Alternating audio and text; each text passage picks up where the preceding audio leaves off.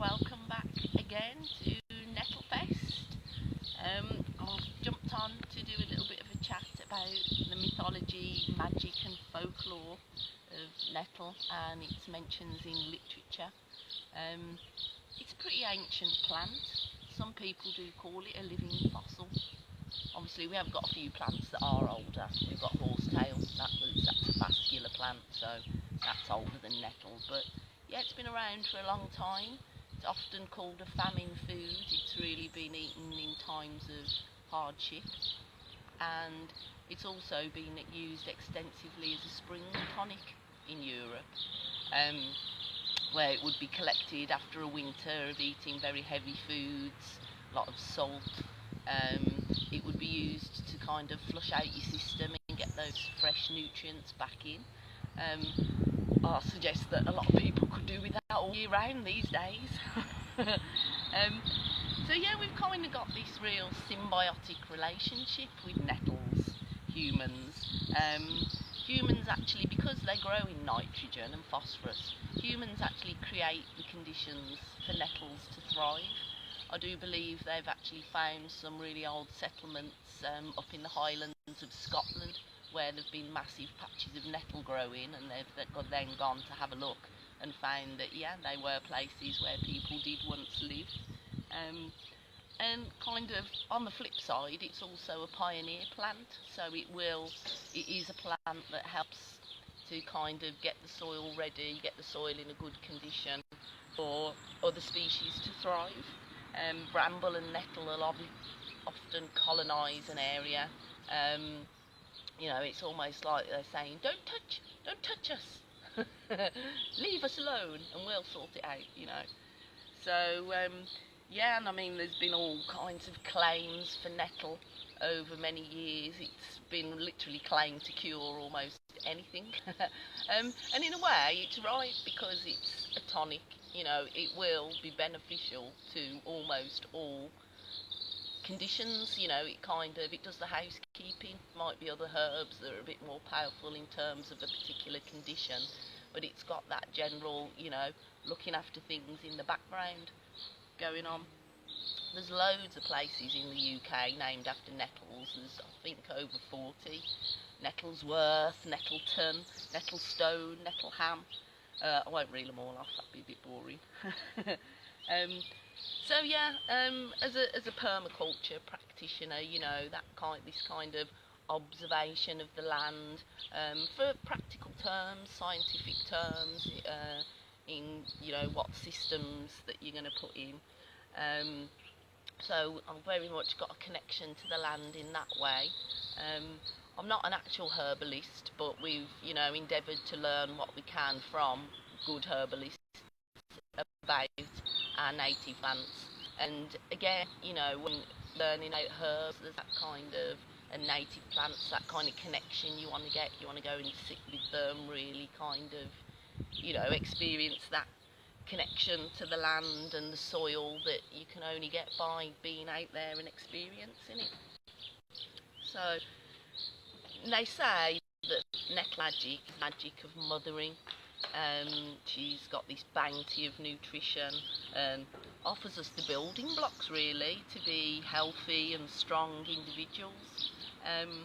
The flavour of nettles tea has been described as like mother's milk, possibly for anyone who's breastfed. It's iron, I would say. There's a lot of iron in nettle and in breast milk, so you do get that similar sort of smell. So yeah, then we've got the nettle sting, which reminds us to kind of value our gifts and kind of be respectful, and honour that, protect that work of mothering, if we're to remain healthy. The nettle protects herself and her space, and I would say she's really asking us to honour the worth of what she gives. If you're willing to get a little bit of a sting for what she gives, then you're going to honour that gift even more. We weirdly quite actually enjoy getting stung now, because as we talked about, it's got the serotonin in there, it's got the acetylcholine, the brain food, so and they're finding out stuff all the time scientifically about that. So yeah, they say that nettle magic is kind of transformation through nurturing and self-worth, like a loving mother. As I've said, yeah, she will often bring the ground into fertile being.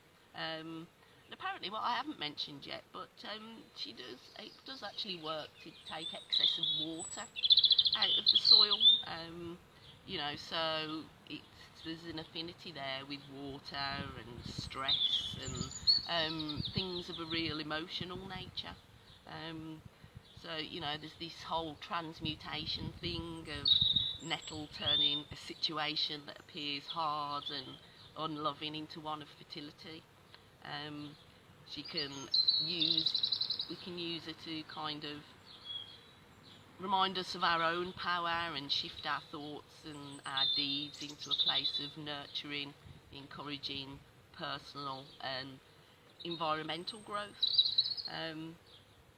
In astrology, nettle is considered a masculine plant, although we were chatting about this yesterday as well. You see there's a dual nature there with Urtica dioica has male and female flowering plants. That's what dioica means, two houses. So although you've got this nurturing mother vibe going on, there's also this quite masculine vibe, and I think that's quite relevant at the moment. Quite a lot of us have been having a talk about the true expression of kind of the male and the female, and how, we need to be synchronised together and rising together, not separate, because ultimately is the same thing. One needs the other,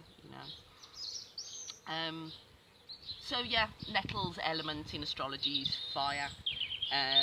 It's recognised by most herbalists as bitter and salty and cool and dry.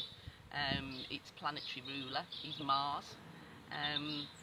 So its totem animal is the serpent. So there's a whole other bunch of I could go on a tangent and talk about serpent mythology for ages, but I won't, because we're talking about nettles. Although it is relevant.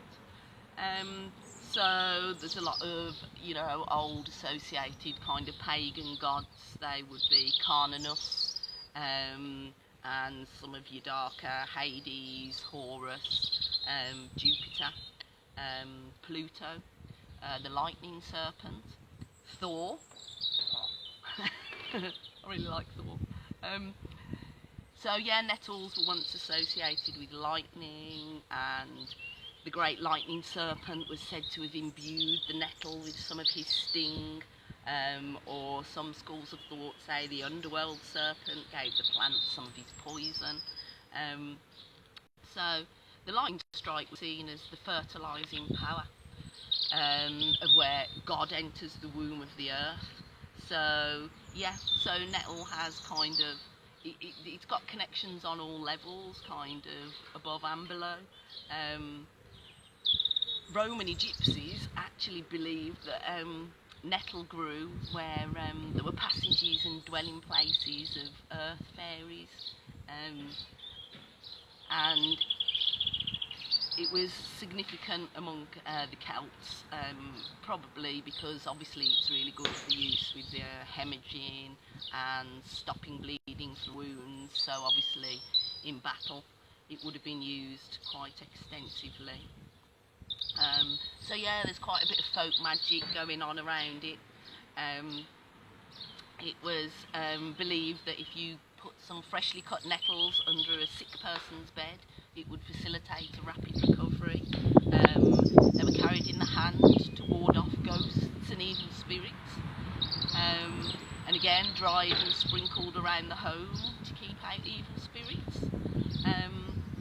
And this is a really common one random one that comes up a lot. It's combing nettle juice through the hair combats baldness, which has been said for hundreds of years, and there's actually scientific evidence to prove that now. We know it's extensively used in the cosmetics industry. So I do believe we've got a study on that, if anyone's particularly interested, that I could pass on to you.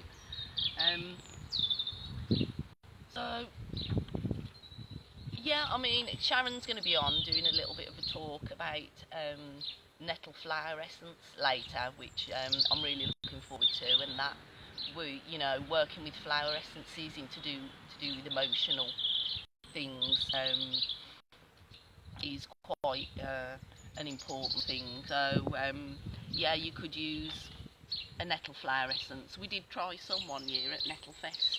We had a bit of a although we got it from Germany, and they do flower essences in salt water, which I didn't realise, so that was a shock, and I was expecting brandy, but there you go. But I really believe it's definitely benefited me in terms of, looking inward to yourself and thinking about that strength and that transmutation and that adaptability to change, which I think is so relevant at the moment. So yeah, some people would also just work with the nettle tea when working through spiritual or emotional ordeals. I do believe there's incense. People will make incense from it. I can't imagine it would more be the power in the smoke than the scent of it. But I've got a recipe here where you would use 1 part dried nettle leaves, 1 part aspen bark, 1 part bissort root, and 2 parts myrrh, which it says is optional. But it'd probably be nice in there, but it's a bit expensive. And then obviously you'd want to be burning it on coals really to get the full effect. So yeah, traditionally nettle beer or nettle wine has also been used quite ritually for the passages of sort of birth, initiation, death. Again, they've got this whole, it's got power in the 3 realms. One of the more common sayings I think most of us have heard of is that grasping the nettle to tackle a difficult problem boldly. It's quite commonplace, I think, through the English-speaking word. And yeah, it's pretty self-explanatory, because it's got these little trichomes that are actually made of silica. They break down on touch, they'll break down in rain sometimes. So the idea being you grasp it firmly and pull up, and then those will be broken down away from you, whereas if you're a bit too gentle with it, they'll get you. So yeah, there's in kind of literature, there's many sort of stories, poems. There's Wild and Free. That was a poem written by Aaron Hill in 18th century Scotland. Do you like that one, Reefa? There's this one by Alfred Edward Houseman called The Stinging Nettle. With seed the sowers scatter the furrows as they go. Poor lad, 'tis little matter how many sorts they grow, for only one will grow. The charlock on the fallow will take the traveller's eyes, and gild the ploughland sallow about the court of kings, and a touch it stings. The stinging nettle will be found to stand the numberness, the lonely, the thronger of the land, the leaf that hurts the hand, that thrives come sun, come showers, blow east, blow west it springs, it peoples towns and towers, with flowers before it dies, but twice will not arise. I like that one.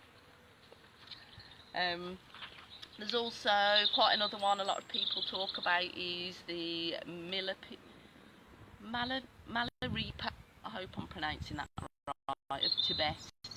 Tibetan saint. Came from quite a well-to-do family that ended up being discarded by the village. Betrayal, family members, one of those stories. Anyway, he ended up in a cave. I have to say, it's not always cited as nettle. Sometimes it's cited as algae, that he stayed in there and meditated for many years, ran out of food, and literally existed on the nettle until he turned green. Nettle's also mentioned in Les Miserables. Stay there. Hello. Yes, it's mentioned in. I've totally got off put there. Right, sit there, little man. Okay. This is in volume 1 in the 5th book. One day he saw some country people busily engaged in pulling up nettles. He exclaimed the plants, which were uprooted and already dried, and said, "They are dead. Nevertheless, it would be a good thing to know how to make use of them. When the nettle is young, the leaf makes excellent vegetable. When it is older, it has filaments and fibres like hemp and flax. Nettle cloth is good as linen cloth. Chopped up, nettles are good for poultry. Pounded, they are good for horned cattle. The seed of the nettle mixed with fodder gives gloss to the hair of animals. The root mixed with salt produces a beautiful yellow colouring matter. Moreover, it is an excellent hay which can be cut twice. And what is required for the nettle? Moreover, it is an excellent... Oh, no, I'm reading that again. A little soil, no care, no culture. Only the seed falls as it is ripe, and it is difficult to collect it. That is all. With the exercise of a little care, the nettle could be made useful. Is it neglected and it becomes hurtful, it is exterminated. How many men resemble the nettle?" And added after a pause, "Remember this, my friends, there are no such thing as bad plants or bad men. There are only bad cultivators." I really like that one. So yeah, there's a couple of others I was just going to mention quickly. We've been kind of video bombed, so... There's The Wild Swans. That's a Hans Christian Andersen book of 7 brothers who were cursed and turned into swans by a witch, and to free them their sister had to build a cloak of nettle. And there's also the story of Bloodwed. 9 powers of 9 flowers, 9 powers in me combine, 9 buds of plant and tree, long and white are my fingers, as the 9th wave of the sea. So Bloodwed is from Welsh mythology. She's from the Mabinogion, where it's the tale of Lw Gyffes, sorry Welsh friends. When his mother, Arimrod, refused him permission to marry any mortal woman, his magician uncles, Gwydyn and Math, fashioned a bride for him out of 9 types of flowers: broom, meadow sweet, oak blossom, primrose, cockle bean, nettle, chestnut and hawthorn, and produced the loveliest woman ever seen, Bloodwed, which actually means flower face. So it's a beautiful story, really. It chanced that Bloodwed basically ends up having an affair, and she wants to get rid of her husband, as all these mythology stories go. So she managed to get out of him how it was going to be possible for him to be killed, which he could only be killed at twilight on the bank of a river, with 1 foot on the back of a he-goat and another on the rim of a bath under a canopy. The spear needed to kill him would take a year to make, working only on Sundays. So preparations went about by Grono, her lover, for this to happen. So when all was ready, she asked Lou to show her how he could balance on a goat and a bath at the same time. So yes, Grono appeared from the trees, hurled the magical javelin at him. It wounded him in the thigh, although that is possibly a nice way of saying the groin. However, he didn't die, he turned into an eagle and flew away. His uncle, when he found out what had happened, went after him and, using his powers, managed to turn him back into a human shape and took him home to nurse him back to health. So obviously when this news got back to Bloodwed and Grono, they realised that the game was up, so they took flight. She tried to cross the river with her servants, who all drowned, so she was left alone, and she was discovered by Gwydyn, who then, to avenge his nephew, turned her into an owl. Some say that he then pursued her up through the night sky, and the path of white flowers sprung up in the wake of her passing, made the Milky Way, which is beautiful imagery. So So the point is, this sort of story is kind of, you know, on the surface is the tale of an unfaithful wife, or, you know, it could maybe be a tale of a woman rebelling against a role decided for her by the men who created her. It's a really ancient tale on the changing roles of gods and goddesses and of the seasons, really. Bloodwed is the blossoming earth goddess of the summer. Her name, as I said, means flower face. She's the sovereign goddess of the land, whom the sacred king must marry in order to rule. Her two lovers are the secret seasonal gods, or the annual sacred kings. Rivals for her hand. She's betrothed at Beltane, married at midsummer, buried at Lunasa. The battle of Lu and Grono takes place at the equinoxes, hence the balancing on the cauldron and the goat, which represent the summer and the winter solstice in Cancer and Capricorn. So yes, she's the youthful maiden goddess of the summer. She indicates growth, flowering, expansion, blossoming. She's the goddess of becoming, of self-realisation that cannot come through another, but only through the paradox of realising that you are separate and unique, but part of the greater whole. So, although she was created by two men to become the bride of Lu, she rebelled against the role chosen for her. And far from being a toy to serve Lu, Bloodwed is in fact the source of his power, the earth goddess, nurturer of the spark, the one that incubates the creation. Yeah, I love that story. I think that's powerful in so many ways. So I've rambled on a bit there, haven't I? I was thinking, oh, this won't take that long. So I just want to have a quick mention about, I'll run through very quickly, I don't want to go on too long. We can find a nettle used by ancient herbalists. Hippocrates, around 460 BC, was reporting 61 remedies using nettle. St. Hildegard von Bingen, I can't read that date because I think that's I'll have to get back to you on that one.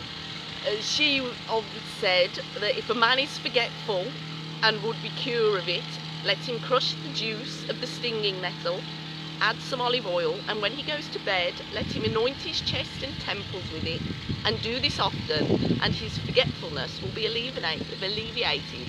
We've yet to try that one. That might be worth trying, actually. I could do with a bit of help there. There's Macer's Herbal, that's dated between the 9th and 12th centuries. They were also reporting many uses for the nettle. The physicians of, I'm going to pronounce this wrong, Midfi, Welsh physicians, they were really interesting group of people who really started looking at medicine holistically and, you know, looking at their patients as a whole and really putting into place some of that which I think existed once, bedside manner, that caring nature that, you know, should be part of treating people. It was used extensively by them. Culpeper, obviously, one of the more well-known ones. He in fact said, nettles are so well known that they need no description. They may be found by feeling in the darkest night. I think we know where he's coming from there. I have got a lot of information about what these herbalists said specifically about nettle, so if people do want to know a bit more, I can pass on that info. I've got all those recipes here. Look in this one that I was talking about yesterday for conditioner, shampoo, bath bombs. I can also pass those on to people if they are interested. So yeah, I mean, I've only really touched the surface of it. There's just a wealth of really rich stories and information out there, and also science, a lot of scientific studies. So you know, I'd invite you to go out and sit in nature. I know I'm a gardener. Sometimes gardeners forget to sit in the garden because you sit down and go, oh, that needs weeding, that needs pruning, I can't. So, you know, just taking that time to go and sit out in nature and commune with it and see what it's got to say and tell us, because we're interested. So yeah, we've got more for you a bit later today. We've got Annie coming on at 1 with her making of her nettle quiche. And then we've got Sharon coming on at 2. She's going to be doing her talk, Nettle, an energetic adaptogen for the electrical age. And as I said, at 3 we're going to be having a round table discussion on Zoom. I've put the links on Facebook. Come and join us and have a chat about nettles. Yeah, and then at 4 I'm going to be doing the closing circle and just read the second part of the Nettle Epoch to round off the weekend. So yeah, stick with us for the rest of the day, guys. Thanks for listening. Bye.